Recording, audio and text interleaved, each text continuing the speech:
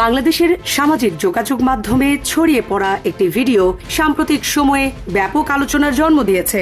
ভিডিওটিতে দেখা যায় এক কিশোরীর কোলে 7 মাস বয়সী একটি শিশু। প্রথম দেখায় শিশুটি সাধারণ মনে হলেও বাস্তবতা জানার পর বিস্মিত হয়েছেন অনেকেই, কারণ শিশুটির মা নিজেই মাত্র 13 বছর বয়সী আর শিশুটির বাবার বয়স 22 বছর। ঘটনাটি নিয়ে দেশের প্রায় সব গণমাধ্যমে সংবাদ প্রকাশ হয়েছে এবং সামাজিক যোগাযোগ মাধ্যমে শুরু হয়েছে তুমুল আলোচনা। Premium commercial space is now for rent. Featuring ample parking and excellent accessibility, this 4,200 square foot space is ready. Elevate your business and call us today. ঘটনার কেন্দ্রে থাকা কিশোরী বর্তমানে 13 বছর 4 মাস 23 দিনের। তবে সন্তানের জন্মের সময় তার বয়স ছিল মাত্র 12 বছর 4 মাস। অন্যদিকে জাতীয় পরিচয়পত্র অনুযায়ী অভিযুক্ত মোহাম্মদ শাকিল মিয়ার বয়স 22 বছর।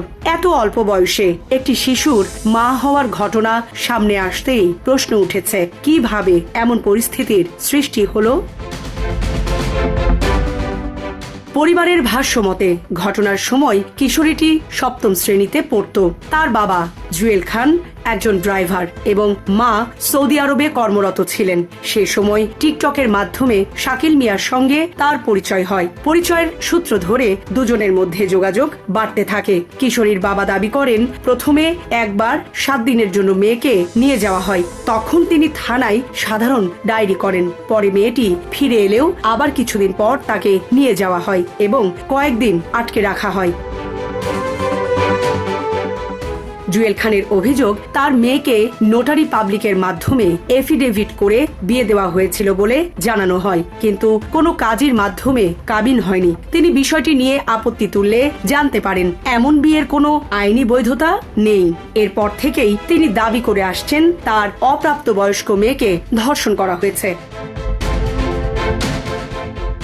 পরবর্তীতে কিশোরীকে কেরানীগঞ্জে নিয়ে যাওয়া হয় বলে দাবি পরিবারের। সেখান থেকে একসময় তাকে বরিশাল শেরে বাংলা মেডিকেল কলেজ হাসপাতালে নেওয়া হয়, যেখানে সে একটি ছেলে সন্তানের জন্ম দেয়। শিশুটির বর্তমান বয়স 7 মাসের কিছু বেশি, কিন্তু সন্তানের জন্মের পরও তার জীবনে স্বাভাবিকতা ফিরে আসেনি। পরিবারের অভিযোগ, কয়েক মাস আগে শিশুটিকে নিজেদের কাছে রেখে কিশোরী মাকে বাড়ি থেকে বের করে দেয় অভিযুক্তের পরিবার। নিজের সন্তানকে ফিরে পাওয়ার জন্য গত 20 মে ঢাকা জেলা লিগ্যাল এইড কার্যালয়ে অভিযোগ করেন ওই কিশোরী। অভিযোগের পর লিগ্যাল এইড অফিসারের নির্দেশে শিশুটিকে উদ্ধার করে পুলিশ। পরে শিশুটিকে তার মায়ের কাছে ফিরিয়ে দেওয়া হয়। তবে শিশুটির স্থায়ী অভিভাবকত্ব নিয়ে আইনি প্রক্রিয়া এখনো চলমান রয়েছে। অন্যদিকে অভিযুক্ত শাকিল মিয়া সম্পূর্ণ ভিন্ন দাবি করেছেন। তার বক্তব্য, বিয়ের সময় মেয়েটির বয়স 20 বছর ছিল এবং জন্ম নিবন্ধনেও সেই বয়স উল্লেখ ছিল। তিনি বলেন, মেয়েটি স্বেচ্ছায় তার সঙ্গে গিয়েছিল এবং অপহরণের অভিযোগ সত্য নয়। তার দাবি, পরবর্তীতে মেয়েটি বাবার অসুস্থতার কথা বলে বাড়ি থেকে বের হয়ে যায় এবং আর ফিরে আসেনি। বর্তমানে সন্তানের অভিভাবকত্ব চেয়ে তিনি আদালতে মামলা করেছেন। তবে আইন বিশেষজ্ঞদের মতে এই ঘটনায় সবচেয়ে গুরুত্বপূর্ণ বিষয় হল কথিত বিয়ের বৈধতা। কিশোরীর আইনজীবী মৃণাল কান্তি মিত্র বলেছেন, নোটারি পাবলিকের মাধ্যমে এফিডেভিট করে বিয়ের কোনো আইনি ভিত্তি নেই। বাংলাদেশের কোনো আইনেই এমন বিয়েকে স্বীকৃতি দেওয়া হয়নি। তাই এই বিয়ের ভিত্তিতে স্বামী স্ত্রীর অধিকার বা তালাকের প্রশ্নও আইনি দৃষ্টিতে গ্রহণযোগ্য নয়। সুপ্রিম কোর্টের আইনজীবী সুবর্ণা সীমাও একই কথা বলেছেন। তার মতে, নোটারি পাবলিকের মাধ্যমে করা বিয়ের কোনো আইনি স্বীকৃতি নেই। এমন বিয়ের মাধ্যমে দেনমোহর, খোরপোশ, উত্তরাধিকার কিংবা স্বামী স্ত্রীর অন্যান্য অধিকার প্রতিষ্ঠিত হয় না। বয়স গোপন করে বাল্যবিবাহ সম্পন্ন করতে এ ধরনের এফিডেভিট ব্যবহার করাও দণ্ডনীয় অপরাধ। বাংলাদেশের আইনে মেয়েদের বিয়ের ন্যূনতম বয়স 18 বছর এবং ছেলেদের 21 বছর। এর কম বয়সে বিয়ে হলে সেটি বাল্যবিবাহ হিসাবে গণ্য হয় এবং আইনগতভাবে বৈধ নয়। একই সঙ্গে বিয়ে অবশ্যই নিবন্ধিত হতে হবে এবং উভয় পক্ষের স্বেচ্ছাসম্মতি থাকতে হবে। এদিকে 2026 সালে নারী ও শিশু নির্যাতন দমন আইনে আনা সংশোধনী অনুযায়ী 16 বছরের কম বয়সী কোনো শিশুর সঙ্গে যৌন সম্পর্ক হলে তার সম্মতি থাকুক বা না থাকুক সেটি ধর্ষণ হিসাবে গণ্য হবে।